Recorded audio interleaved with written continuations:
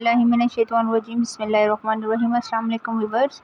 आज हम एक और न्यू रेसिपी के साथ आज मैं बनाने लगी हूँ आलू मटर कीमा। बिल्कुल अलग स्टाइल से बनाएंगे, तो वीडियो अपने एंड तक देखने। तो चलिए वीडियो स्टार्ट करते हैं।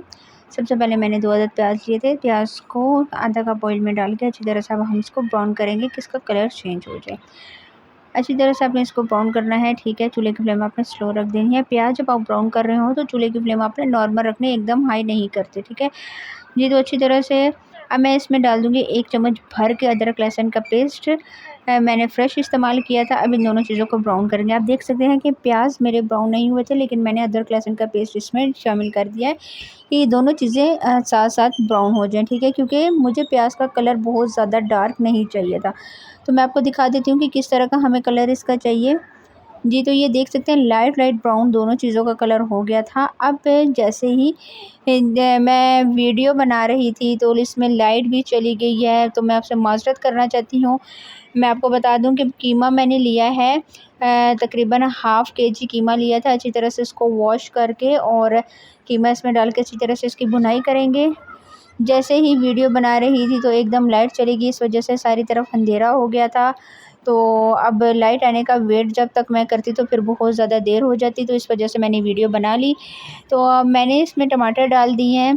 टमाटर मैंने 3 अदद लिए थे, उन्हें कट करके हमने इसमें शामिल कर दिया। आप चाहें तो टमाटर का पेस्ट भी शामिल कर सकते हैं, लेकिन मैं टमाटर इसी तरह से डालूँगी, ठीक है ना। इस तरह से इसका जायका बहुत ही अच्छा आ जाता है।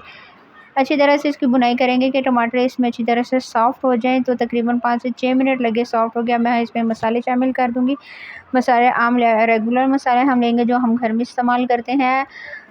धनिया पाउडर, नमक, कुटी लाल मिर्च, पिसी हुई लाल मिर्च और हल्दी थोड़ी-सी, आपने अपने टेस्ट के बराबर सारे मसाले इस्तेमाल करने हैं। अच्छी तरह से इसकी भुनाई करेंगे। ये देख सकते हैं कि ऑयल इसने छोड़ दिया था, कीमा काफ़ी हद तक फ्राई हो चुका था। अब मैं इसमें डाल दूँगी आलू और मटर, ठीक है ना। आलू जो है वो मैंने 1 अदद लिया था। आलू बहुत ज़्यादा हमने इसमें नहीं डाला।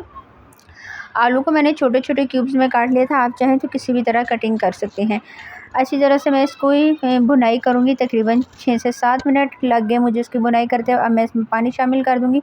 पानी आपने अपने मतलब के मुताबिक डालना है, जितना आपको पानी इसमें शोरबा वगैरह करना है।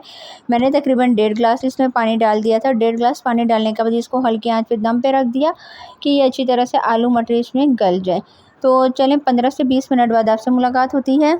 15 से 20 मिनट गुजरने के बाद जी तो देखिए पानी सारा ड्राई हो गया था और बहुत ही अच्छी खुशबू आ रही थी। अब ऊपर से थोड़ा-सा हरा धनिया हमने शामिल कर दिया और दोबारा से हम इसकी मिक्सिंग करेंगे कि थोड़ा बहुत जो पानी रहता है वो सही हो जाए।